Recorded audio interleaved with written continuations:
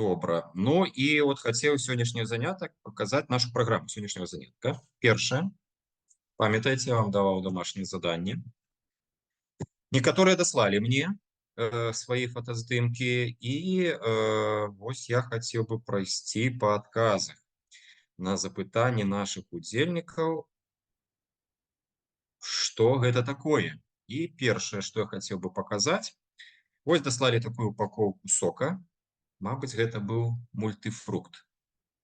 І было пытанне пра 4 абазначэння. І вось што ў нас ёсць. Я пранумараваў вось гэтыя знакі, якія выклікалі цікавасць у чалавека. Ну, першы знак, я расказваў, што вось такая петля рэцыклінгу, яна азначае, што матэрыял, з якога выраблены ў дадзеным выпадку упакоўка, яна перарабляецца.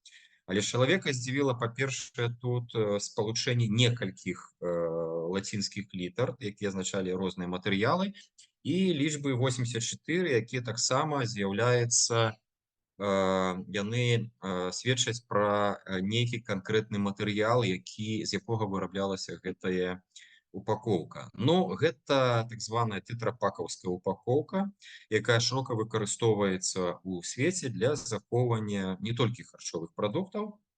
І яна вельмі, па-першае, яна вельмі добрая для захоўвання, таму што яна дазваляе захаваць біяфізіялагічныя характарыстыкі, біяхімічныя характарыстыкі прадукта, які там знаходзіцца, перашкодзіць доступ кіслароду і тым самым выклікаць пашкоджанне гэтага прадукта. Але гэта мнагаслойная упакоўка, якая мае праблемы з далейшай перапрацоўкай. Ну, у дадзеным выпадку мы можам убачыць, што яна складаецца з 4 кампанентаў. Гэта у нас ідзе вугляродны слой, это пакрыццё, далей ідзе пап, это папера, далей поліэтылен і алюміниевая фольга.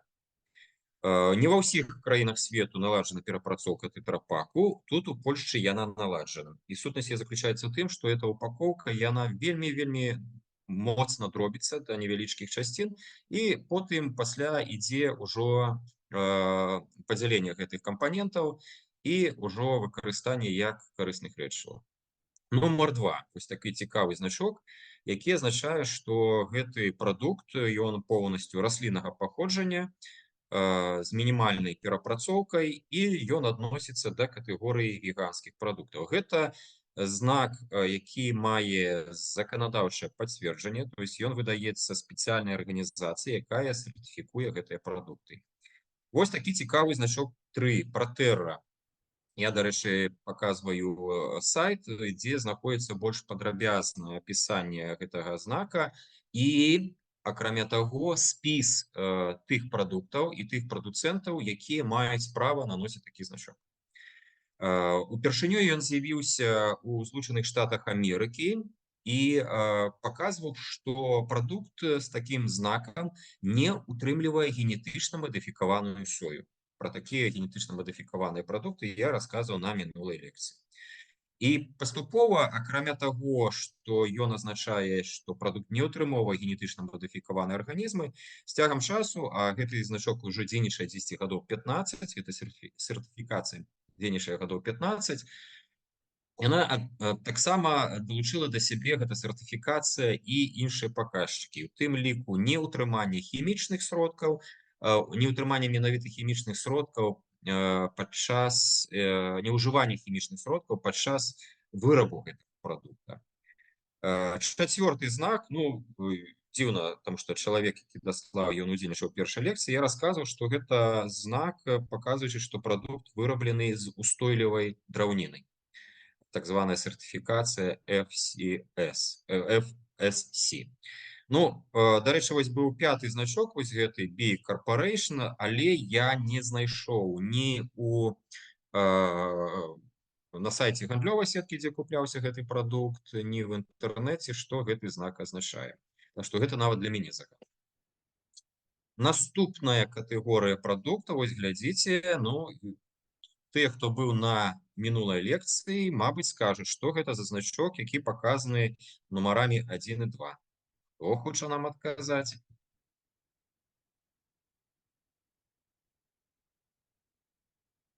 Хто жадае адказаць, атрымаць ацэнку? Зелененький евролисток называется. Еўралісток. Правильно, Ларыса. Евролисток. Так, сапраўды, гэта знак арганічнай прадукцыі, які дзейнічае на тэрыторыі Еўрасаюза. І вось якраз справа паказаны агававы сіроп.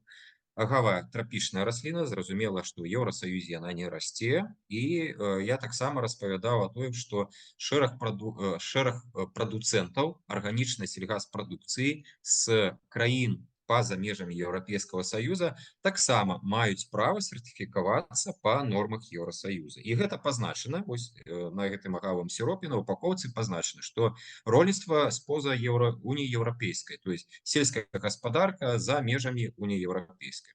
Але гэты знак, то есть, значыць, ён пацвярджае, што выраблена на тэрыторыі падчас агратэхналагічных працэсаў, якія поўнасцю адпавядаюць еўрапейскім нормам сельскай гаспадаркі, арганічнай сельскай гаспадаркі. Дарэчы, нікаго не здзівіла, так, наяўнасць у польскіх магазинах вось такіх прадуктаў. Гэта, як правильно сказаць, сок огурковый и сок капустный, рассол, правильно сказать, рассол огурковый и рассол капустный. Так, ну, раз продается, значит, скористается попытом. Вас это не збентежило, так? Просто нам не попадалось такое, мы не ведаем, что такое. Наступная, вот так само вам загадка. 3 продукты с шкалой Nutri-Score. Што лепш за ўсё ўжываць? Які прадукт? Хто хоча адказаць? Ларыса, не трэба. Давайте дадзім наступнаму якому-нибудь магчымасць зарабіць адзнаку. Все боятся. Будем выклікаць зараз. Можа, Людмила хоча адказаць? Не хочуць Людмилы. Добра, ну, нагадваю, што гэта знак, які паказвае камбініраванае значэнне прадукта. Ну, большасці можна сказаць, што гэта ён сведчыць пра ступень перапрацоўкі і пра наяўнасць карысных рэчываў. То есть, калі мы бачым злева нейкі там цястка з нейкім смакам, там індекс Е. Это означае, што это прадукт глыбокай перапрацоўкі, ім будзе шмат калорый, шмат розных рэчываў, араматызатараў і так далее, стабілізатараў, эмульгатараў, і трэба падумаць, ці ўжываць у ежу. Тое ж самае датычыцца справа, гэта шакаладная паста, таксама прадукт велізарнай моцнай перапрацоўкі сыравіны. А вось пасярэдзіне, нягледзячы на тое, што прадукт можа ўтрымоўваць сою, тут узровень Б. Гэта азначае, што ён прыбліжаны, тым больш на зялёным колеры, прыемным зялёным колеры. Гэта азначае, што гэты прадукт, ён больш-менш устойлівы для навакольнага асяроддзя і не прайшоў велізарную перапрацоўку. Пераходзім да наступнай загадкі. Вось, гэта тая ж самая шакаладная паста. Злева, ну, на што тут звярнулі ўвагу? На ту наяўнасць вось гэтага фірменнага знака гандлёвай сеткі. Я ў мінулы раз расказваў, што буйныя гандлёвыя сеткі, па крайней меры, тут у Польшчы, ну, я ведаю, у Літве таксама, у іншых краях Еўрапейскага Саюза, і ў Беларусі, дарэчы, Еўраопт, так званы, Еўрагандаль, яны замаўляюць сваю лінейку прадукцыі. І вось гэта не саромеецца адзначаць, што менавіта гэта яны дадзены выпадку гэтую шакаладную пасту яны замовілі у прадуцэнта. Цікавы значок нумар 1. Ён такі, як говорится, стымулюючы. Ён паказвае, што дадзеная упакоўка яна выраблена з некалькіх рэчываў. Гэта пластык, пры гэтым тут камбініраваны пластык-метал, гэта накрыўка для гэтага слоіка і менавіта сама шкляная банка. І просяць спытаць у лакальнага зборшчыка адходаў, як гэта збіраць, як гэта сегрэгіраваць, куды гэта адпраўляць. Ну і вельмі вось цікавы значок, ён, дарэчы, я его вельмі рэдка сустракаю на прадуктах харчавання. Нумар 3. Знак сертыфікаванай вытворчасці пальмавага алею. Ну, хто прысутнічаюць некаторыя геоэколагі, яны ведаюць, што вытворчасць пальмавага алею гэта вельмі шкодная для навакольнага асяроддзя вытворчасць. Плантацыі для плантацыі маслічнай пальмы вырубаюць велізарныя тэрыторыі трапічных і субэкватарыяльных лясоў, то есть полностью знішчаецца біоразнароднасць і высаджваецца гэта пальмавая это маслічная пальма для вытворчасці гэтага алею. Алей гэта вельмі спецыфічны, но некаторыя гавораць, што ён з'яўляецца добрым замяняльнікам, то есть танным і добрым замяняльнікам шмат якіх раслінных алеяў. Ён танны і таму ён дазваляе знізіць кошты розных перапрацаваных прадуктаў. Але шмат якія дыетолагі і біяфізіолагі гавораць, што для нашага арганізму, асабліва ў перапрацаваным выглядзе, то есть пасля тэрмічнай перапрацоўкі, гэты пальмавы алей ён не вельмі добры. Ну і вось такі значок сертыфікаванне устойлівасці пальмавага алею, ён выдаецца спецыяльнай арганізацыі, гэта такая як бы саюз арганізацый, вось сайт я паказаў, які пацвярджае, што дадзены прадукт, і гэта нават індекс ёсць, вось бачыце, РСПСО 11.06.040, ён, па-першае, выраблены з пальмавага алею без вырубкі лясоў. Другое, то, што гэтай плантацыі пальмавага алею, маслічнай пальмы, яны спрыяюць, то есть яны забяспечваюць справядлівыя адносіны да мясцовага насельніцтва, то есть гэта мясцовае насельніцтва, якое працуе на такіх плантацыях, атрымоўвае нармальную зарплату, дастойную зарплату. І трэцяе, то, што плантацыі гэтых маслічных пальм у дадзеным выпадку яны забяспечваюць ахову навакольнага асяроддзя. І можна шмат дзе знайсці такія як бы інфармацыйныя ролікі, якія паказваюць, што адна з самых буйных чалавекападобных малпаў, арангутан, менавіта іх папуляцыя зніжаецца з-за таго, што вырубаюць вот этой субэкватарыяльныя лясы у паўднёва-ўсходняй Азіі, дзе яны жывуць, і гэта ўплывае на стан іх папуляцый. Наступны прыклад. Ён, дарэчы, мне таксама калісьці зацікавіў, але пасля разабраўся. Тут показана вось гэтая упаковка з-пад соку, гэта томатны сок. І бачыце, што накрыўка, корка, яна злучана з бутэлькай. Справа ў тым, што, ну, все ведаюць, асабліва беларусы, што у нас час ад часу праходзяць акцыі па збору пластикавых коркаў, накрывак. Таму што гэта ў адрозненне нават, калі ўзяць это поліэтилтерефталатную бутэльку, то есть там з-пад кока-колы ці мінеральнай вады, то гэта адзін матэрыял, а накрыўкі яны робяцца з поліпрапілену. Гэта вельмі каштоўны пластык, які выкарыстоўваецца шмат дзе.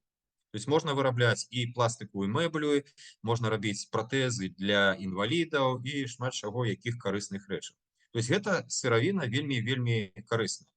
І вось недавно, не так давно, літаральна ў Еўрапейскім Саюзе дырэктыва была прынята літаральна год назад, а ў Польшчы закон вступіў у сілу літаральна, можа, 3-4 месяцы назад, яшчэ до Нового года, 24 года, які усіх вырабнікоў такой вось прадукцыі, бутэлек з такімі коркамі, абавязвае, каб гэтыя коркі злучаліся з бутэлькай, то есть каб яны не аддзяляліся. І вось гэты карысны прадукт, поліпрапілен, ён не губляўся ў ланцугу перапрацоўкі. Так што ў Польшчы ўжо не будуць збіраць вот гэтыя корачкі на асобную перапрацоўку.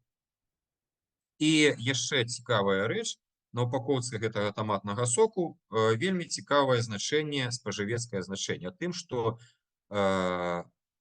цукар, якія ёсць у гэтым соке, яны маюць толькі натуральнае паходжанне, то есть яны штучна не дадаваны да гэтага соку. Ну, цікава, мабыць, соль все-таки гэта дадавана, тому што ў адносінах да яе не пазначаны запіс. Ну, вы памятаеце, што на мінулым занятку я расказваю, чым можа быць небяспечна соль. Беларускі прадукт – мармелад. Хто любіць мармелад, падыміце руку.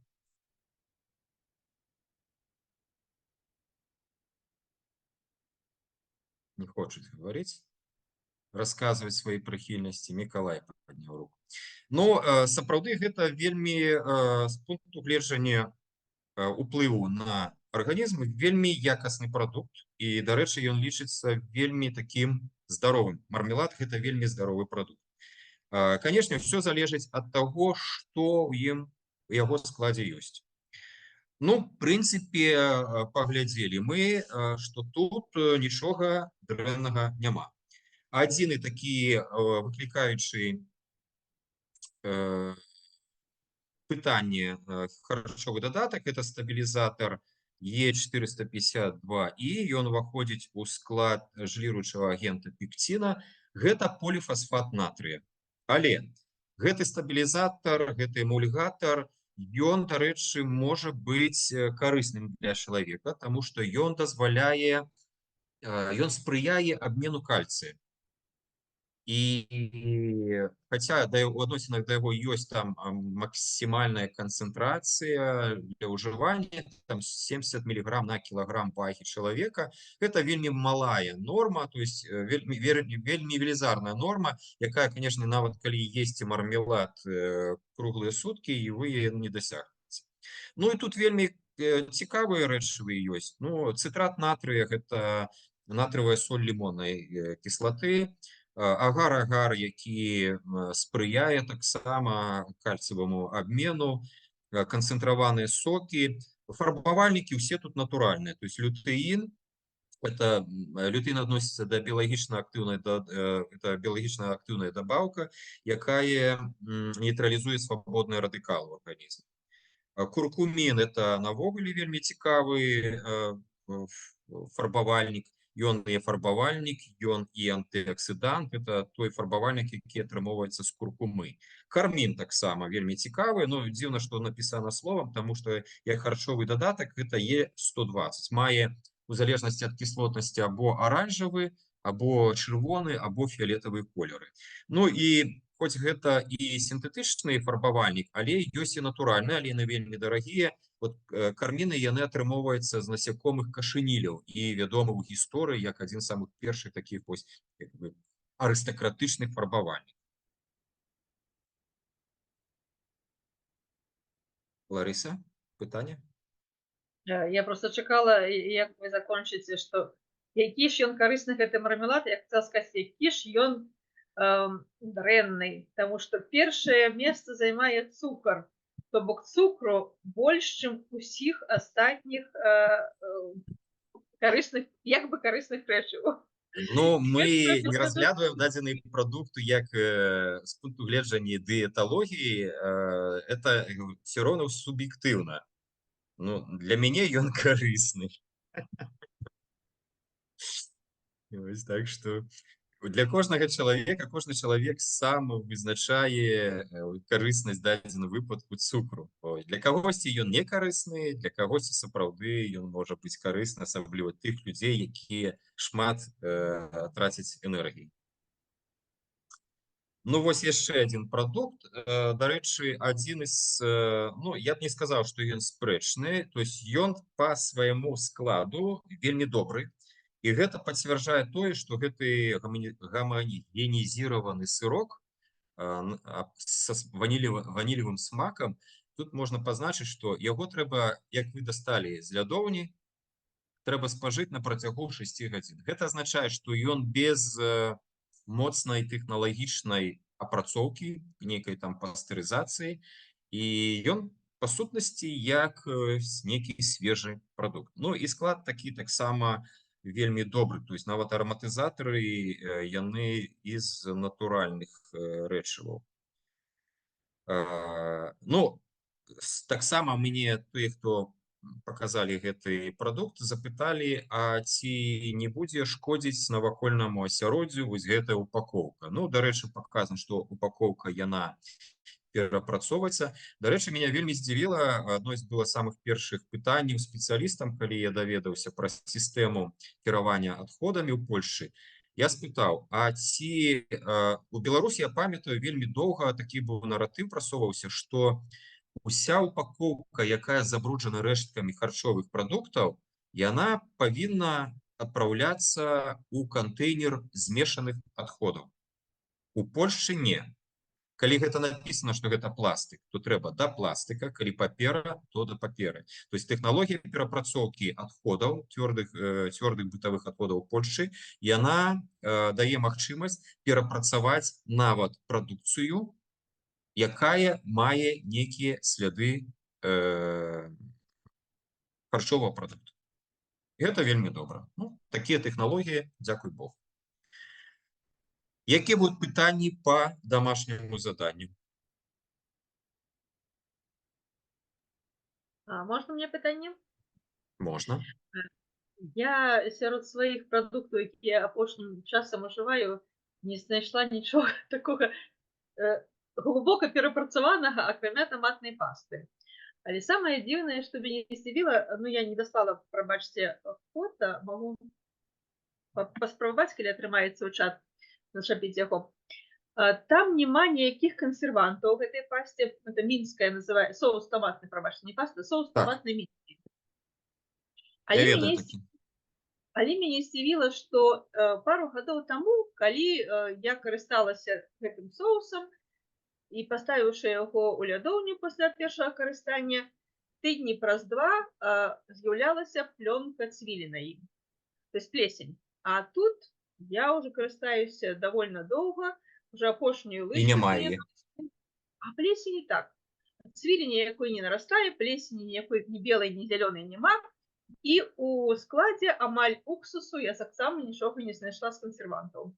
То есть ні аднаго там няма, просто соль і уксус, і ўсё астатняе гэта просто карыандр. Ну, глядзіце, Ларыса, адкуль з'яўляецца цвіль? Яна з'яўляецца з таго асяроддзя, дзе знаходзіцца прадукт. Так што гэта нічога, это добра нават. Это азначае, што лядоўня, якая у вас ёсць, яна чыстая. Там няма рэшткаў этой цвілі, якія могуць быць унесены ў гэтую банку. Дарэчы, у мяне таксама з этой таматнай... Банка закрытая, таму яна заўжды была аднолькавая, паўлітровая банка з накрыўкай, якая закручваецца, і з лядоўняй кантакту няма. Ёсць контакт толькі з лыжкай. І калі раней я кожны раз брала сухую чыстую лыжку, то цяпер я нават пра гэта не думаю. Я і магу і мокрай. А вось, можа, якраз сухая і чыстая, і яна ўносіла гэтыя споры і цвілі. Больш мікробаў, чым мокрая і супа узятая, да? У меня, дарэчы, я таксама ў Беларусі карыстаюся для вырабу сока. Я люблю таматны сок, таматнай пастай, і мне таксама вось гэтыя паўлітра яны не дажывалі. То есть я не паспеваў выкарыстаць, як там з'яўлялася цвіль. Но ёсць народныя спосабы, як можна пазбавіцца. Для гэтага трэба тую корку, накрыўку, яе працоўваць спіртам. Але это ўжо затратны механізм. Мяне з'яўляе больш якраз пытанне, чаму яе няма гэтай цвілі. Ну, паспрабуйце правесці эксперымент, паглядзець, паставіць у лядоўні, паставіць звычайна на стале, паглядзець, дзе хутчэй цвіль з'явіцца і якая, якога колеру, якога памеру. Не, ну, паказчык то, што цвіль з'яўляецца, это азначае сапраўды, што ў прадукце няма кансерванту. Ну так, а тут кансервантаў, а тут акрамя уксуса нічога не напісана, але і добра захоўваецца. Вось гэта мяне здзіўляе. Ці яны ўсё ж такі не ўсё напісалі? Можа быць. Ну, тут трэба або да сертыфікацыйнага цэнтра звярнуцца і спытаць у іх, чаму з'явілася, чаму не з'яўляецца цвіль, хаця яна патрэбна была з'явіцца. Добра, мы пераходзім да непасрэдна тэмы сённяшняга занятку. І наш занятак будзе звязаны з экалагічнай бяспекай прамысловых тавараў. І першае, аб чым мы пагаворым, гэта будзе у нас адзенне. Адзенне, якое мы ў нашых кліматычных умовах носім, без яго мы не можам. Можа, калі б было б як на экватары заўсёды цёпла, можа б і не насілі гэтае адзенне. Навошта яно трэба грошы толькі траціць? Ну і экалагічная бяспека адзення, яна звязана перш за ўсё з той сыравіны, з якой вырабляецца адзенне, з якіх валокнаў, з якіх тканін вырабляецца адзенне. І звычайна выдзяляюць 3 велізарныя групы.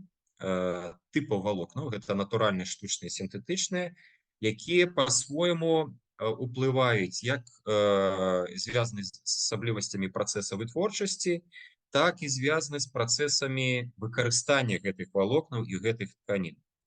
Ну, у першую чаргу, конечно же, трэба спыніцца на натуральных валокнах.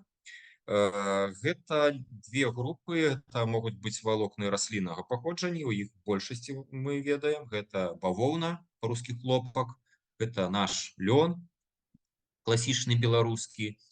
Акрамя таго, ёсць такое валакно, як абака, якое вырабляецца з некалькіх там гатункаў сукулентаў.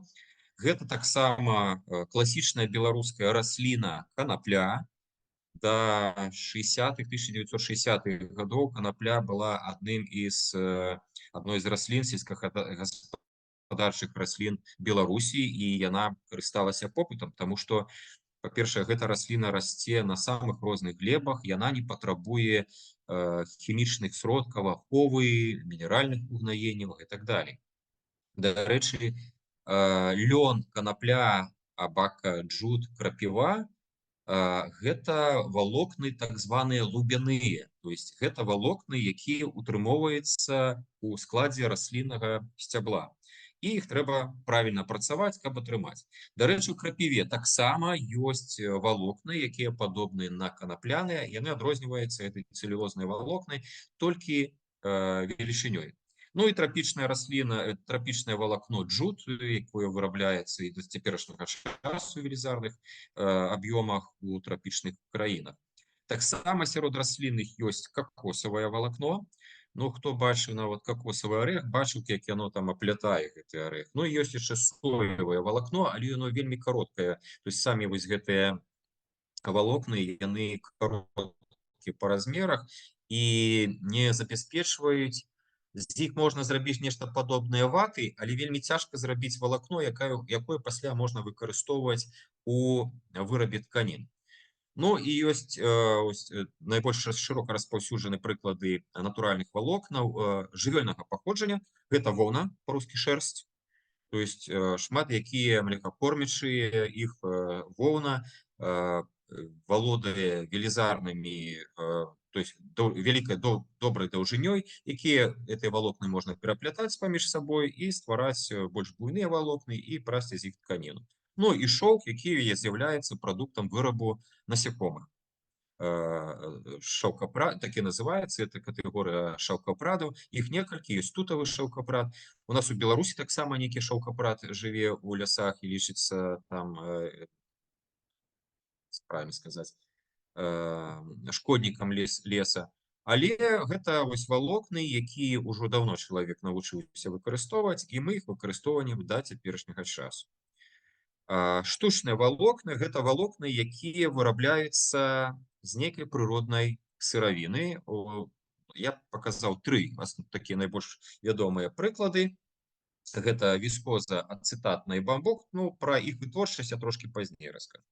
Ну і сінтэтычныя валокны, вытворчасць якіх, па-першае, вынаходніцтва якіх стала своеасаблівай рэвалюцыяй, таму што дазволіла быць незалежным ад тэрыторый, дзе выраблялі натуральныя валокны, таму што бавоўна, напрыклад, расце в асноўным у субтрапічным і трапічным клімаце.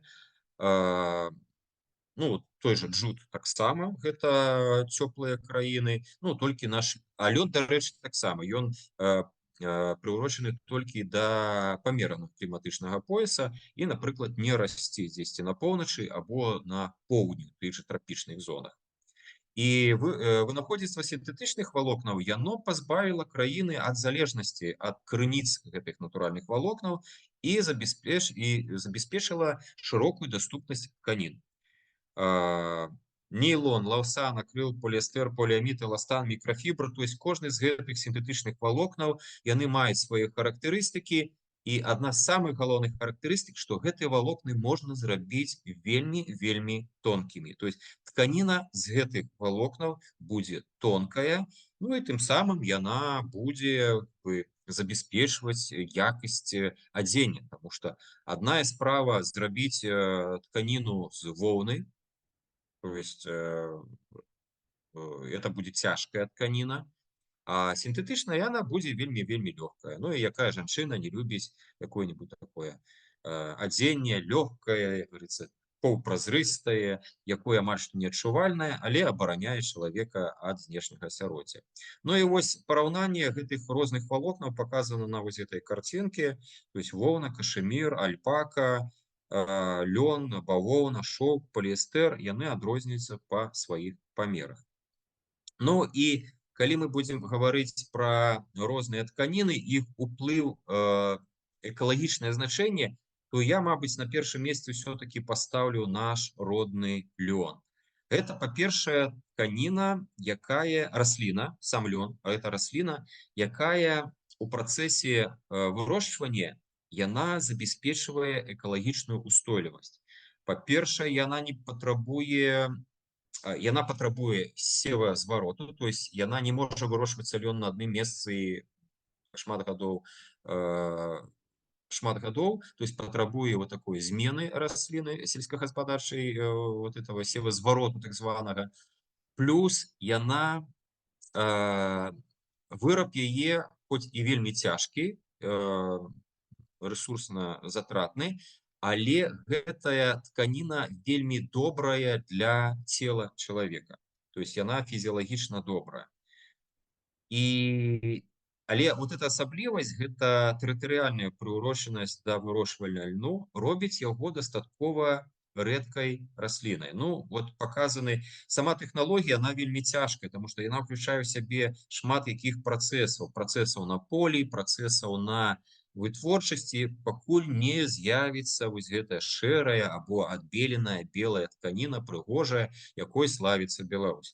Дарэчы, Беларусь уже даўно не з'яўляецца лідарам па вытворчасці льну. Нават еўрапейскія краіны, это Польшча, Бельгія, Францыя, Канада, ну а зараз Кітай вельмі актыўна вырошчвае на поўначы, у Манчжурыі лён, яны становяцца лідарамі ў сусветнай вытворчасці гэтай тканіны.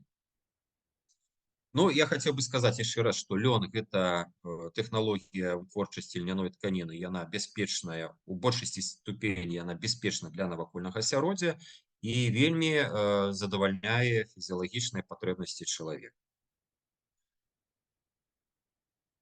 Ну, а навогуле, калі вот узяць усе гэтыя валокны, натуральныя, штучныя, сінтэтычныя, то яны по-рознаму ўплываюць, сам працэс вытворчасці по-рознаму ўплывае. Адным, мабыць, самых цяжкіх для ўплыву на навакольнае асяроддзе з натуральных валокнаў гэта з'яўляецца бавоўна. І таму што тэхналагічны працэс вырошчвання бавоўны у субтрапічных краінах, ён патрабуе вельмі шмат вады. І усе ведаюць праблему Аральскага мора.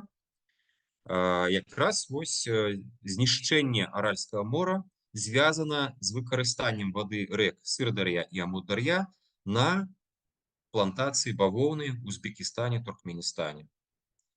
І па сутнасці гэтыя две ракі зніклі для задавальнення патрэбаў у баваўнянай тканіне. Так што гэта, в адрозненне ад іншых раслін, бавоўна, яна дастаткова моцна ўплывае на навакольнае асяроддзе пры працэсе вырошчвання. Нават не перапрацоўцы, а вырошчвання. Перапрацоўка таксама аказвае ўплыў, але на наступных стадыях. То есть пасля ўжо выраб з сыравіны, тканіны, валокнаў і тканіны. Другі малюнак, ён паказвае працэс вырабу штучных валокнаў. То есть з натуральнай сыравіны шляхам яе перапрацоўцы. І гэты працэс быццам бы, можна так сказаць, та же віскоза, яна, то есть у сваім гатовым выглядзе, яна не шкодзіць навакольнаму асяроддзю, вельмі практычна не шкодна для арганізма чалавека, толькі за кошт фарбавальнікаў можа шкодзіць. Але сам працэс, ён дастаткова шкодны. Па-першае, тут выкарыстоўваецца шмат якія, тут не толькі тэрмічныя працэсы выкарыстоўваюцца, але і хімічныя. То есть гэта ось адна з стадый называецца ксантагенацыя. Яна прыводзіць да вырабу вялікай колькасці вадкіх сцёкаў са шкоднымі рэчывамі, тая ж самая шчолач, гэта серавуглероды, якія пасля скідваюцца ў навакольнае асяроддзе, ті ж самыя вадаёмы, ну і забруджваюць іх. И другая стадия, вось пасля паспявання, там дзе вот гэтыя жоўта-зялёныя цыліндры, гэта стадыя, дзе у працэсе вырабу віскозы выдзяляюцца газавыя выкіды, і гэта шкодзіць атмасферы. Так што сам працэс вытворчасці ён не вельмі добры. Ну і гэта у Беларусі бачна, таму што тыя вытворчасці віскозы, якія ёсць там у нас у Магілёве, яны з'яўляюцца з экалагічнага пункту гледжання такімі чырвонымі кропкамі. Ну і самы небяспечны выраб гэта сінтэтычных валокнаў. Вось показана справа карцінка. Выраб гэта полікапрааміда. У Беларусі некалькі заводаў сінтэтычных валокнаў, 2 ў Магілёве, 1 у Гродна, 1 Светлагорску, 1 Новаполацку. І это якраз тыя гарады, асабліва Магілёў, якія вядомы сваім забруджаным навакольным асяроддзем, перш за ўсё паветрам. Мало таго, што прамежутачныя прадукты гэтай тэхналогіі, яны небяспечныя не толькі для навакольнага асяроддзя, але і для чалавека, але нават і самі валокны, калі яны дрэнна прамываюцца, вось адзін з перадапошніх, такі зялёненькі квадрацік паказан, то яны могуць утрымоўваць сабе рэшткі небяспечных рэчываў, якія пераносяцца ў тканіну, і пасля кантакту такой тканіны з целам чалавека могуць яму шкодзіць. Так што нават вось гэты працэс вырабу тканін для адзення, ён дазваляе нам падумаць, як забяспечыць бяспеку і навакольнаму асяроддзю, і нашаму арганізму. Ну і все-таки я вяртаюся да якія тканіны лічацца самымі такімі экалагічнымі. Ну вот это наш лён, про які я ўжо гаварыў. І другая катэгорыя гэта тканіны з бамбука. Ёсць уже такія. У Беларусі я ведаю, што шкарпэткі вырабляюцца з утрыманнем бамбукавых валокнаў. З якой, то есть, якія фактары дазваляюць нам гаварыць, што бамбукавыя тканіны яны небяспечныя, яны бяспечны для навакольнага асяроддзя. Па-першае, тое, што бамбук, гэта вы ведаеце, мабыць, расліна, якая хутка расце, то есть ёй вельмі хуткі жыццёвы цыкл, і не трэба доўга чакаць, напрыклад, не трэба доўга чакаць, пакуль паспее дрэва, якую трэба спілаваць, адправіць на завод у Магілёў, каб вырабіць віскозу. То есть цикл бамбука вельмі вялікі, хуткі, і ён дазваляе атрымоўваць велізарны аб'ём прадукцыі. Па-другое, што бамбук вырошчваецца ў натуральных умовах без выкарыстання хімічных сродкаў. Угнаенняў, сродкі аховы расліны. Это азначае, што ў самой масе, бамбукавай масе, валокнаў бамбукавых не будуць гэтых шкодных рэчываў.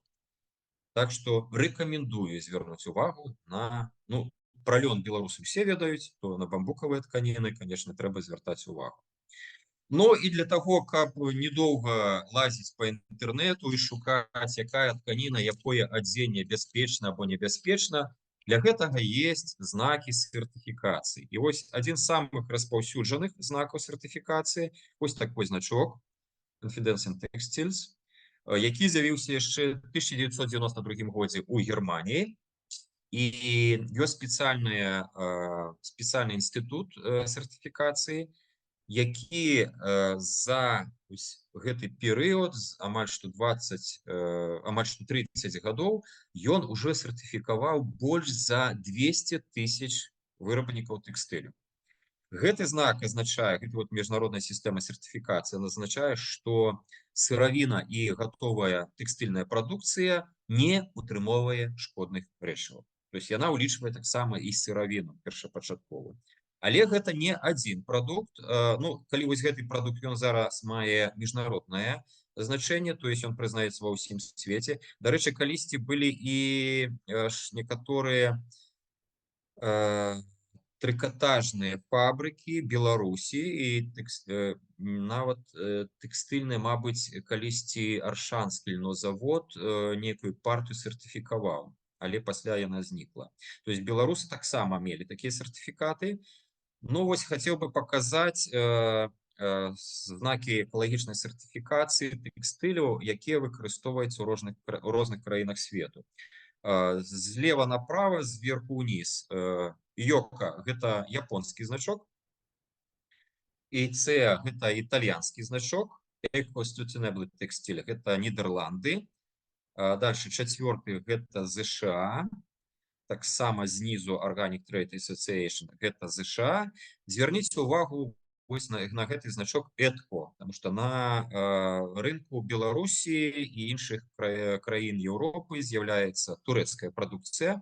Яна вельмі розная, в тым ліку тэкстыльная, там скураная есть і так далее. Так вось гэта якраз знак турэцкі, нацыянальны, які гаворыць пра тое, што тканіны з'яўляюцца экалагічнымі, не утрымоўваюць шкодных рэчываў.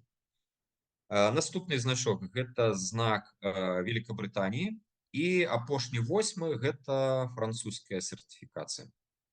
Так што звяртайце увагу на такія знакі, і гэта дапаможа нам быць здаровымі. Один из самых небяспечных этапаў вырабу тканіны – гэта фарбаванне. Вось один из прыкладаў з нейкай краіны азіяцкай, во што пераўтвараюцца рэкі пасля таго, як туды скідваюць сцёкі з тэкстыльных фабрык. Вот, дарэчы, я сам з горада Баранович, і у нас ёсць такое вытворчае баваўняное аб'яднанне. Так вось якраз фарбавальны цэх, ён самы-самы небяспечны. І я не раскрою тайну, каб расказаць, што яшчэ ў тым годзе, увесну, быў велізарная праблема на гарадскіх ачышчальных збудаванняў, куды баваўняны камбінат скідвае свае сцёкі. Аказваецца, на баранаўскім баваўняным камбінаце няма сваіх уласных ачышчальных збудаванняў.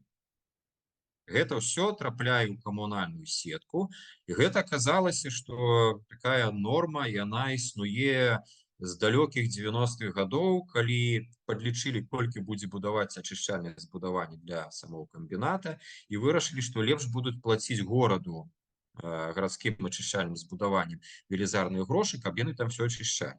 А праблема ў тым, што звычайна такія сцёкі, які ўтрымоўваюць воду пасля фарбавання, яны маюць пэўную кіслотнасць, велізарную кіслотнасць.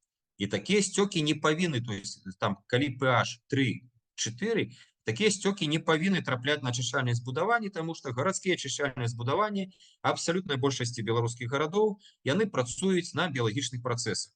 І калі, то есть уся гадасць, яна з'ядаецца мікраарганізмамі прасцейшымі, для якіх кіслае асяроддзе з'яўляецца смяротным. І вось калі такія кіслыя сцёкі трапляюць да ачышчальных збудаванняў, яны проста знішчаюць тыя арганізмы, якія павінны все ачышчаць. І вымушаны былі траціць велізарныя грошы на набыццё прэпаратаў, каб змяншаць гэтую кіслотнасць, правильно сказаць, павялічваць, пазбаўляцца ад гэтай кіслотнасці, прыводзіць ее да натуральнага стану, да pH 5,5-6,5. Вось. І гэта праблема для ўсіх гарадоў, дзе ёсць фарбавальная вытворчасць. То есть вельмі цяжка зрабіць, то есть такія тэхналогіі, якія з'яўляюцца бяспечнымі для навакольнага асяроддзя, не аказваюць уплыву негатыўнага, яны вельмі дарагія. І вось чаму час ад часу з'яўляецца інфармацыя, што тэкстыльная вытворчасць у еўрапейскіх краінах, яна на сусветным рынку не канкурэнтна здольная.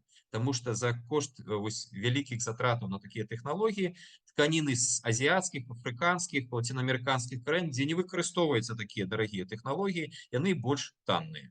Але праблема фарбаванай тканіны ў тым, што гэтая фарба, якая стварае прыгажосць, яна ўсё-такі вымываецца. І нават сінтэтычныя валокны. Сінтэтычныя валокны, дарэчы, яны устойліва утрымоўваюць фарбавальнікі, калі гэты фарбавальнікі уведзены ў само валакно. А калі фарбаванне гэта пакрыццё валакна, то такое фарба будзе вымывацца. Ну, мабыць, усе беларусы памятаюць пра знакамітыя лідскія кеды, так? Быў такі нават анекдот, што калі турысты беларускія апранаюць лідскія кеды, то іх заўсёды, калі яны згубяцца дзесьці, іх могуць знайсці па гэтаму сіняму следу. Потому что гэтая сіняя фарба вымывалася. Ну, гавораць, што зараз тэхналогія трошки змянілася, гэта фарба стала больш такая трывалая, але тым не менш такія і гісторыя такая засталася. Ну і шмат хто ведае, што любое адзенне пасля прання яно губляе гэты колер, то есть фарба вымываецца, яна не можа замацавацца на тканіне вельмі доўга. Вот, так что такая, мы купляем адзенне афарбаванае, з цягам часу яно набывае такія ўжо пастэльныя таны, пастэльныя колеры, такая больш мягкія такія колеры становяцца. Так што звяртайце ўвагу і памятайце, што чым часцей вы адпраўляеце на пранне сваё адзенне, тым больш вы вымываеце фарбавальнік, і гэты фарбавальнік трапляе в далейшым на ачышчальныя збудаванні рознай ступені ачысткі і трапляюць у навакольнае асяроддзе. Канешне, все гэта разбаўляецца з цягам часу, нават тыя сцёкі, якія трапляюць пасля ачышчальных збудаванняў у рэкі, яны там разбаўляюцца рачной вадой, але, ну, разумееце, што чым больш вы вымываеце фарбавальнік, тым больш вы шкодзіце навакольнаму асяроддзю. Мода, рухавік гандлю. Мы ўсе з вами, мабыць, большасць з нас глядзіць за сучаснымі трэндамі моды. Ёсць такі жаночы часопіс Vogue. Так вось, там кожны тыдзень яны пішуць пра сучасныя тренды моды. І, канешне же, усе модніцы, яны лічаць, што гэтае вось моднае адзенне павінна быць у іх абавязкова. Ёсць мода на колеры, ёсць мода на тканіны, ёсць мода на сілуэты, і модніцы заўсёды абнаўляюць свой гардэроб. Ну, літаральна з майго бліжэйшага абкружэння ёсць адна маладая асоба, якая вельмі уважліва глядзіць за гэтымі трэндамі, і хоць шафа яе ўжо ламаецца, яна там нічога ўжо не можа змясціць, але яна раз на тыдзень нешта купляе сябе. Ну і модныя рэчы, яны маюць вельмі малы час карыстання. То есть показалі ўсім, і трэба гэтае адзенне кудысьці дзесь у шафу або яшчэ в іншае месца. І ёсць сапраўды асобы, якія лічаць, што вось там некае плаце або нейкія там сукенку можна апрануць толькі адзін раз, другі раз ужо нельга. Ну і, дарэчы, цяперашняя гандлёвая сетка, калі в одной краме прадаецца мноства экземпляраў аднаго і таго ж там колеру, тканіны і сілуэта, яны, конечно, забяспечваюць тое, што можна сустрэць чалавека з такім ж самым адзеннем. Но для мяне то это нормально сустрэць чалавека таксама ў джинсах або там некай там цішоткі, такой же самай, як і ў мяне. Але я ведаю, што шмат якія это не будзе гендерны стэрэатып, але ўсё-таки гэта ёсць. Многія дзеўчыны, яны вельмі нервуюцца, калі убачыць такое же самае адзенне на іншым чалавеке. Я недавно был на зёмках рекламных, тут это бедронки, гандлёвай сеткі Бедронка, і там на зёмку прыйшлі две дзеўчыны в аднолькавым адзенні. Ну і рэжысёр адну адправіў, сказаў, мне патрэбна толькі адна ў такім адзенні. Ну, тая другая нават пакрыўдзілася. Ну і чым больш мы купляем, канешне, тым больш мы стымулюем вытворчасць тканін, якія гэта вытворчасць шкодзіць навакольнаму асяроддзю. Так што можна в большасці выпадкаў сказаць, што мода не экалагічна, нават антыэкалагічна. Ну, выхад ёсць. Выхад ёсць, па-першае, у секонд-хендах, то есть мы можам карыстацца секонд-хендамі, туды адпраўляць адзенне на продаж, браць адтуль адзенне. І, па-першае, гэта не будзе адзенне там з велізарнай колькасцю экземпляраў, то есть одно і тое ж, і мы тым самым эканомім сілу і прыродзе. Вот хто з вас карыстаецца секонд-хендамі? Падыміце руку. Не саромецесь. Ну, я, дарэчы, карыстаюся таксама.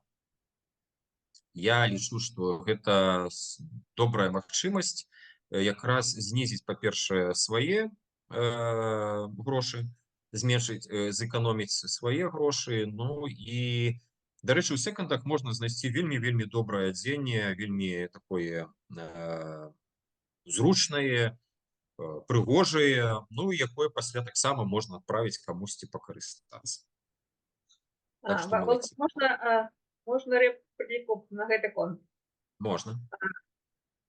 тое, што мы набываем у секонд-хендзе цікавае адзенне як бы за меншыя грошы, гэта як бы добра для нас, але сам факт таго, што другія краіны пазбаўляюцца ад свайго смецця такім чынам і вывозяць яго да нас, гэта не ёсць добра. Прытым у нашых людзей скапліваецца, ну, і еўрапейскае, і наша беларускае адзенне, якое яны не маюць магчымасці прынесці ў секонд-хенд, таму што камісійных крамаў амаль не засталося. І тут вось такая дваякая гэта абаротная старона медалі, як кажуць. Так, але секонд-хенды все-таки дазваляюць зменшыць першапачатковае адзенне, якое вельмі хутка цыркулюе, потому что, ну, шмат хто ведае, што некаторыя бренды, яны модныя бренды адзення, яны калі не прадалі сваю калекцыю, яны адразу і адпраўляюць на знішчэнне. То есть яны нават не ў секонды адпраўляюць, яны не адпраўляюць там у краіны Афрыкі, Азіі для людзей, спажыўцоў, якім патрэбна такое адзенне, яны просто яго адразу знішчаюць для того, каб трымаць кошты на гэта адзенне. Але вот шмат які вось вядомая шведская фірма H&M, яна паставіла ў іх стратэгіі, гандлёвай стратэгіі напісана, што яны імкнуцца да 2030 года до 80% свайго адзення вырабляць з перапрацаванага адзення. І для того, каб такое адзенне збіраць, шмат якіх краінах Еўропы ставіць вось такія кантэйнеры. Кантэйнеры для збору адзення выкарыстанага. Яны маюць такое адзенне сабранае, яно мае два накірунку выкарыстання. Першае гэта другаснае нашэнне, то есть адпраўляюць асобам, якія патрабуюць такога адзення. І другі накірунак гэта перапрацоўка менавіта тканін, то есть гэта адзенне перапраўляецца на перапрацоўку. Но гэта вось сістэма збора перапрацоўкі, яна дастаткова ресурсна затратная, тому што перапрацоўка амаль што ідзе ўручную, то есть там пад увагу ідуць ярлыкі, што ўтрымоўваецца ў адзенні, якія рэчывы, і у адпаведнасці з гэтым ідзе ўжо далейшая перапрацоўка. Напрыклад, баваўнянае адзенне, яно, калі мае добрую якасць, аддаецца на другаснае нашэнне, і ў баваўнянае адзенне амаль што не ідзе на перапрацоўку. Звычайна на перапрацоўку ідуць адзенне сінтэтычных валокнаў. Ну і для таго, каб правільна выкарыстоўваць адзенне, трэба за ім глядзець.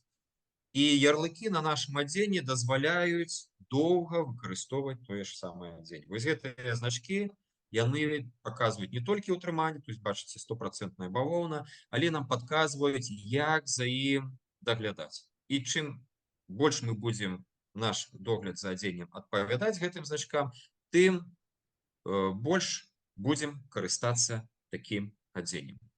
Яшчэ одна з праблем. Что означает значок P? Это означает, что дадзенае адзенне нельга апрацоўваць хімічнымі рэактывамі. Хутчэй за ўсё там звязана гэта з колерамі. Ну, тут, мабыць, белое, то есть хімічны рэактыў можа прыносіць такому белому адзенню жаўцізну. Я вот не ведаю дакладна, што азначае вось эта крыптаграма справа, такі як бы каперта такая. Это трэба глядзець. Ну, не могу дакладна сказаць. Но яшчэ одна праблема адзення і яго, перш за ўсё, яго выкарыстання і догляду за ім, гэта тое, што адзенне, якое выраблена з сінтэтычных валокнаў, з'яўляецца крыніцай мікрапластыку. То есть поліэстэр, нейлон і нават штучнае валокно віскоза, ну акрыл тым больш, спандэкс з'яўляецца крыніцамі мікрапластыку, дробных часцінак, якія пры пранні вымываюцца ў ваду і выносяцца ў навакольнае асяроддзе. І нават нашыя беларускія ачышчальныя збудаванні, яны у большасці не затрымліваюць мікрапластык. 35% ўсяго мікрапластыку ў акіяне, так, это я ўжо загадзя клікнуў, маюць сваё паходжанне з адзення, то есть з сцёкавай вады з нашых пральных машын ідзе вада з мікрапластыка. Ну, а навакольным асяроддзі, у тым же сусветным акіяне, мікрапластык разглядаецца рознымі жывымі арганізмамі, як харчовая нейкі часцінка, яна паглынаецца, і вось па харчовых ланцугах гэты мікрапластык пасля ідзе ў рыбку, з адной рыбы ў другую рыбу і нарэшце трапляе на наш стол. І ўжо даказана, што у марской акіянічнай рыбе і ў рачной рыбе велізарная колькасць мікрапластыку, які можа, ён сам па сабе мікрапластык, вось гэтыя матэрыялы, яны не шкодныя, але мікрапластык шкодны за кошт таго, што у працэсе трапляння, у працэсе фізіка-хімічных рэакцый на навакольным асяроддзі, ён становіцца порыстым і можа ў гэтых порах утрымоўваць цяжкія металы, пестыцыды і іншыя хімічныя сродкі. То есть не сам мікрапластык шкодзіць, а менавіта вось гэтыя рэчывы шкодныя, якія трапляюць у яго пасля ў наш арганізм з навакольнага асяроддзя. Ну і перайдзем яшчэ да наступнай групы прамысловых тавараў. Гэта цацкі. Ну, я думаю, што і дзеці, і дарослыя карыстаюцца гэтым прадуктам, і асабліва у адносінах да дзяцей трэба вельмі уважліва адносіцца. То есть калі дарослыя, конечно, у цацкі не гуляюцца, нехта гуляецца яшчэ ў цацкі, но я думаю, дома у кагосьці все роўна стаіць якая-нибудь там мягкая цацка, або драўляны конік, або нешта там на памяць о дзяцінстве стаіць. Але дзеці карыстаюцца цацкамі, таму трэба вельмі уважліва глядзець, з чаго яны выраблены. Пластыкавыя цацкі. Тут, па-першае, трэба глядзець, з чаго яны складаюцца. Усе цацкі праходзяць сертыфікацыю, у тым ліку па ўтрыманню, то есть якога матэрыяла яны вырабляюцца, гэты матэрыял сертыфікуецца, і таксама ў адносінах да фарбавання. З бяспечных відаў пластыка з'яўляецца гэта поліэтылен высокага ціску ці нізкага ціску і поліпрапілен. І рэкамендуецца пазбягаць тыя цацкі, якія выраблены з полівінілхларыду. Это той же самы пластик, з якого вырабляюцца, да рэчы, пластикавыя окны. Полістырол, это номер 6, і азначэнне PS. І таксама это іншыя групы пластикаў, 7 озер, якія могуць утрымоўвацца. Чым небяспека полівінілхларыда і полістырола? Справа ў тым, што гэтыя пластыкі у сваім вось гэтым монолите, можно так сказать, то есть вот в этом объеме, яны могут утрымоўваць рэшткі, то есть мономеры, то есть винилхлоридные и стирольные мономеры, якія з'яўляюцца канцерогеннымі. Ну а что дзіця? Дзіця можа гэтую пластиковую игрушку взять у зубы, пагрызці яе, ну и навогуле, то есть таким чынам забяспечыць траплянне у арганізм гэтага шкоднага матэрыяла. Гумавыя цацкі. Дарэчы, это 100% як бы правило. Не купляць гумавыя цацкі без сертыфіката. Абавязкова паглядзець сертыфікат адпаведнасці. Праблема ў тым, што ў гуме можа утрымоўвацца шкодныя, канцерагенныя, шкодныя для нырак і печані рэчывы, такія як фталаты і бісфенол, і таксама цяжкі метал свінец. Ну, свінец звычайна выкарыстоўваецца ў фарбах, які дадаюцца ў гуму. Мяккія цацкі. Таксама на іх трэба звяртаць увагу. То есть мяккія цацкі вырабляюцца са штучнага меху, аксаміта, баваўнянай трыкатажнай тканіны. Тут увагу трэба звяртаць на фарбавальнікі. То есть яркія фарбавальнікі, такія, як говорят, хімічныя фарбы, вось яны звычайна небяспечныя. І, канешне, на напаўняльнікі, таму што шмат якія напаўняльнікі сінтэтычныя, сінтепон, сінтепух і паралон, яны з'яўляюцца алергенамі. Ёсць натуральныя напаўняльнікі, это вата, воўна, соль, крупа, насенне, апілаванне, але, ну, конечно же, яны не такія, яны не дазваляюць бы мець цацкі, мяккай цацкі доўгі час карыстання, ну і зараз яны вельмі рэдка сустракаюцца. Пераходзім да наступнай групы прадметаў, прамысловых тавараў, якія ёсць у нашых дамах, это касметыка. На што трэба, ну, навогуле уся касметыка гэта хімічныя наборы.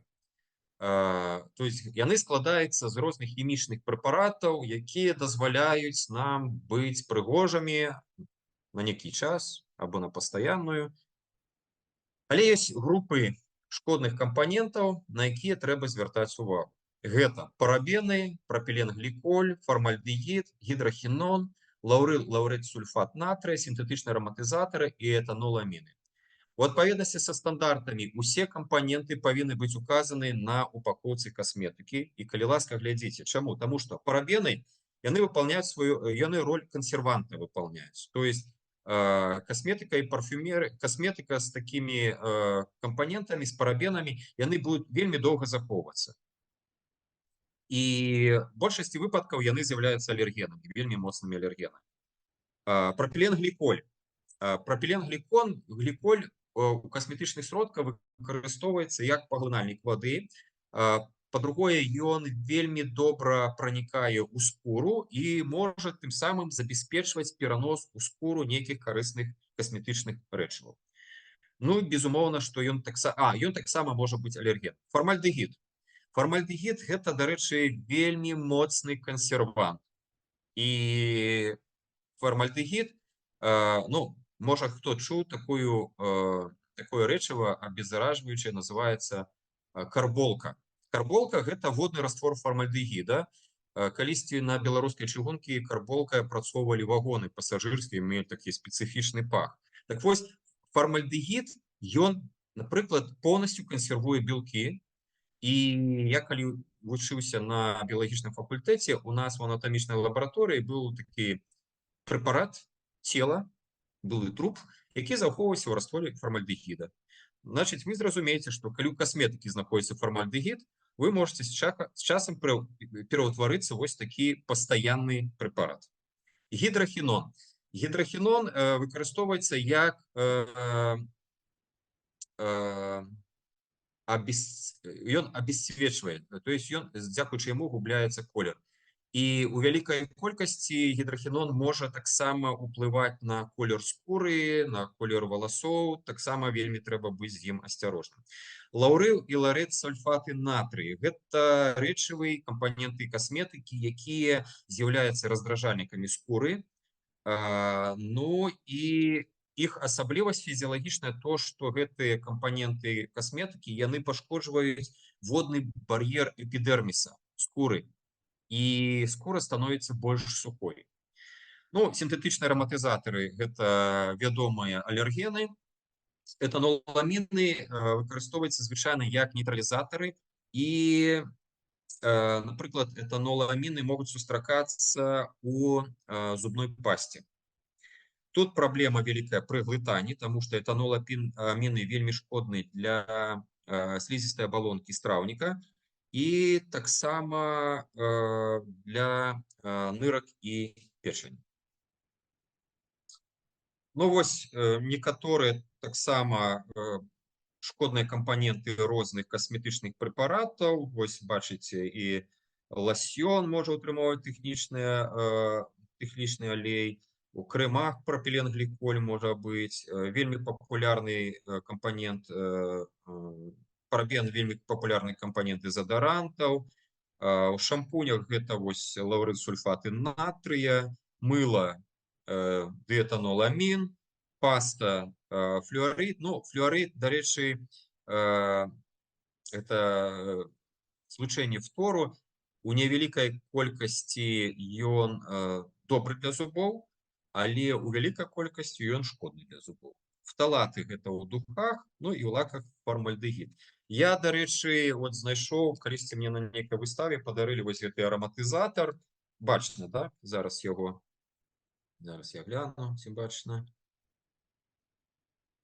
Вось, хацеў паказаць. Яго мне падарылі, але калі прыехаў домой і прачытаў яго склад, мне хваціў жах. То есть, чаго тут толькі это цэлая хімічная лабараторыя. Цытранэнол, бензапірэны, пінены, тэрпінолы, гексенел-сіліцаты, пентадеканы і гэтак далей. Самае тут небяспечнае это аказаўся хларафіл, але на апошнім месцы аказаўся. Ну і пах, то есть вот это все, дарэчы, араматызатары, які выкарыстоўваюцца ў аўтамабілях, там хімічны склад не вельмі добры, так што вельмі асцярожна з гэтым. Лизавета? Лизавета подняла руку. Гэта, пэўна... Ну, прошу, Лизавета. Там давно поднятая рука с тех пор, так, гэта, пэўна, нейкі збой. Ідзем далей. Ну і выкарыстоўваючы касметыку, мы не толькі шкодзім сябе, мы забруджваем навакольнае асяроддзе, таму што да 7% усяго мікрапластыку ў навакольным асяроддзі гэта дае касметыка.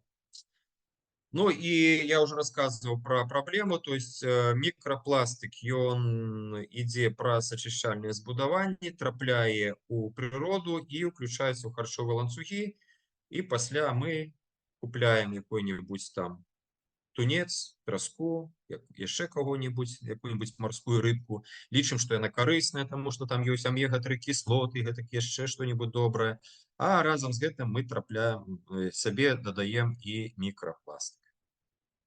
Дарэчы, як крыніца мікрапластыку, вядома, гэта розныя скрабы. Зараз шмат якія вырабнікі, от я ведаю дакладна, гэта L'Oréal, яны пераходзяць на натуральныя скрабы, але ў большасці выпадкаў яны утрымоўваюць мікрапластык, сінтэтычныя часцінкі, якія робяць нашу скуру чыстай, быццам бы, але вось пасля змывання трапляе ўсё навакольнае асяроддзе. Яшчэ вось набор, дарэчы, ой, прабачце, на кроліка раней. Шампуні таксама вельмі трэба асцярожна з імі абыходзіцца, таму што могуць утрымоўваць у сябе і мікрачасціцы пластыку, і шкодныя рэчывы. Дарэчы, вось гэта цэлая серыя касметычных прэпаратаў, гэта ушасты нянь, яна можа быць небяспечна, і ведае, што ў Беларусі было некалькі выпадкаў за апошнія 5 гадоў, калі дзяржаўныя арганізацыі забаранялі продаж прадукцыі гэтай серыі ушасты нянь. Ну і калі мы гаварым пра касметыку, тут трэба ўзгадаць, што ў працэсе яе вырабу, перш за ўсё, это першыя этапы, праверка на дзеянне, фізіялагічнае дзеянне. У былыя часы яе правяралі на жывых істотах. Это перш за ўсё гэта трусы, кролікі. І працэдура была вельмі такая непрыемная. Вось ахвяра такога іспыту показана, то есть ім на вока дадавалі нейкі касметычны сродак і глядзелі рэакцыю. І таму гэта выклікала вельмі вялікае супрацьстаянне прыхільнікаў гуманнага абыходжання з жывёламі. Таму ў свеце з'явіліся спецыяльныя значкі сертыфікаваныя, вось яны паказаны. Калі такія значкі ёсць на касметычнай прадукцыі, гэта значыць, што яе не правяралі. То есть вот этот этап выпрабавання, фізіялагічнага выпрабавання на жывёлах, ён адсутнічаў, тому што шмат якія ёсць іншыя тэхналогіі біотэхналагічныя, якія дазваляюць праверыць якасць і фізіялагічнае, біяфізіялагічнае ўздзеянне на жывы арганізм. Наступная група прамысловых тавараў. Так, у нас яшчэ час ёсць, правильно, Маша? Ёсць, Ліза засталася, ёсць яшчэ час. Ліза, так. Колькі у нас яшчэ часу? Ну, паўгадзінкі яшчэ можа быць. Добра, нормально. Ну і таксама пераходзім да таго раздзелу прамысловых тавараў, які мы выкарыстаемся кожны дзень. Гэта посуд. У кожнага у нас ён ёсць. І экалагічнасць посуду, яна звязана з некалькімі фактарамі. Першае, гэта з якіх матэрыялаў яны вырабляюцца. То есть матэрыялы экалагічнага посуду павінны быць выраблены з сыравіны і па тэхналогіі, якія не шкодзяць навакольнаму асяроддзю. Таксама другі фактар экалагічнасці посуду – гэта магчымасць другаснай перапрацоўкі. Трэці фактар экалагічнасці, ну, можа нават гэта другі б яго назваў па значнасці, гэта захаванне першасных якасцей у працэсе доўгага часу эксплуатацыі. Ну і чацвёрты фактар, ну тут правильно трэба было б сказаць, што пры выкарыстанні і далейшай утылізацыі посуд не павінен вылучаць шкодных рэчываў. Тому што выкарыстанне посуду гэта таксама працэс, калі нейкія яго кампаненты могуць трапляць у наш арганізм. Ну і які посуд можна лічыць экалагічным? Перш за ўсё, гэта керамічны посуд. Это менавіта той посуд, як калісьці першым стварыў нашыя продкі, першабытны чалавек. Калісьці ён быў проста з сырой гліны, пасля гліну пачалі апальваць, ці выпадкова гэта здарылася, ці мэтанакіравана. Але керамічны посуд, ён з таго часу яшчэ да нашай эры, да цяперашняга, ён карыстаецца попытам. На што трэба звяртаць увагу? Керамічны посуд вельмі добры, калі ён не утрымоўвае дадатковых рэчываў. То есть гэта не проста гліна. Па-першае, гліна, з якой вырабляецца керамічны посуд, можа утрымоўваць у сябе шкодныя рэчывы, то есть трэба глядзець сыравіну.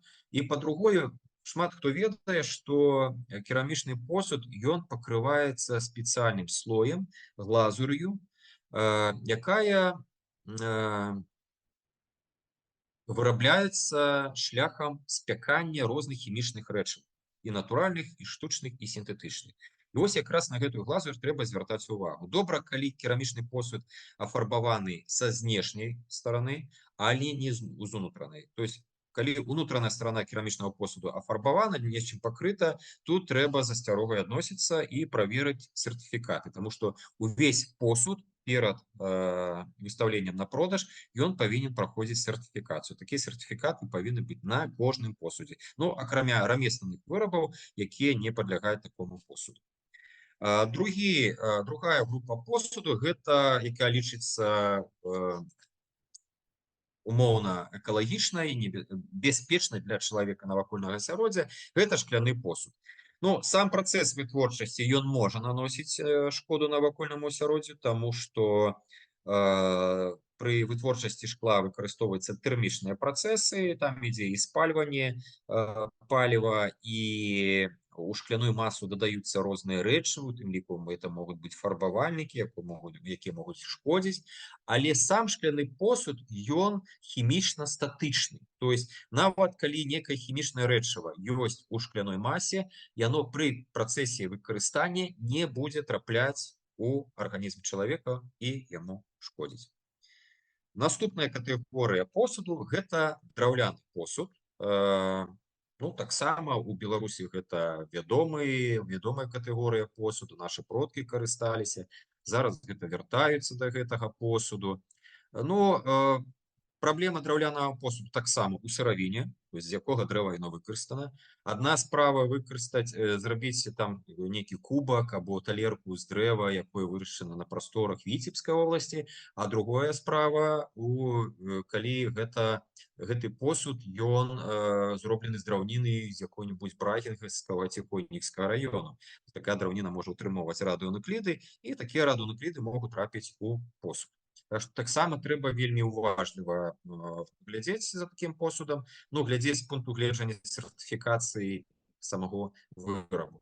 Але гэты посуд чым добры, што ён лёгкі, ён зручны ў выкарыстанні, ён добра падлягае утылізацыі, ну, асабліва калі вы пайшлі ў паход, взялі там талерку драўняную, ў канцы взялі і спалілі, яшчэ сябе сагрэлі, асвятлілі ўсё вакол. Які посуд набірае папулярнасць? Гэта посуд з раслінных кампанентаў, я вот назваў з поліцукрыдаў раслін. То есть тыя кампаненты раслін, гэта цэлюлоза, той же самы крухмал, з іх можна вырабляць посуд. І вот недавно на одной з выстаў тут у Варшаве я быў на стойкі фірмы, якая вырабляе посуд, талеркі, кубачкі, відэльцы, лыжкі з крухмалу, бульбянога крухмалу. Адзіная праблема, што такой посуд з крухмалу, ну, ён перапрацаваны, спецыяльна тэрмічна перапрацаваны, такі посуд недоўга утрымоўвае гарачыя вадкасці, то есть там тэмпература максімальная 80 градусаў, і такі посуд вельмі хутка размакае. Але такі посуд, ён біораскладаемы, ён біоутылізуемы ў навакольным асяроддзі. Дарэчы, нават калі, ну, можна убачыць так званы пластыкавы посуд, які пазначаны, што ён біораскладаем. Тут таксама вельмі трэба уважліва да гэтага адносіцца, да такога значэння, таму што бываюць моманты, калі такі біораскладаемы пластыкавы посуд, ён просто-напросто ў працэсе распаду распадаецца на мікрапластык. То есть быццам бы аб'ём пластыка знікае, але мікрапластычныя часцінкі яны павялічваюцца. Так што з таким біораскладаемым пластикам трэба быць вельмі асцярожным і не выкідваць все роўна навакольнае асяроддзе, а адпраўляць на перапрацоўку.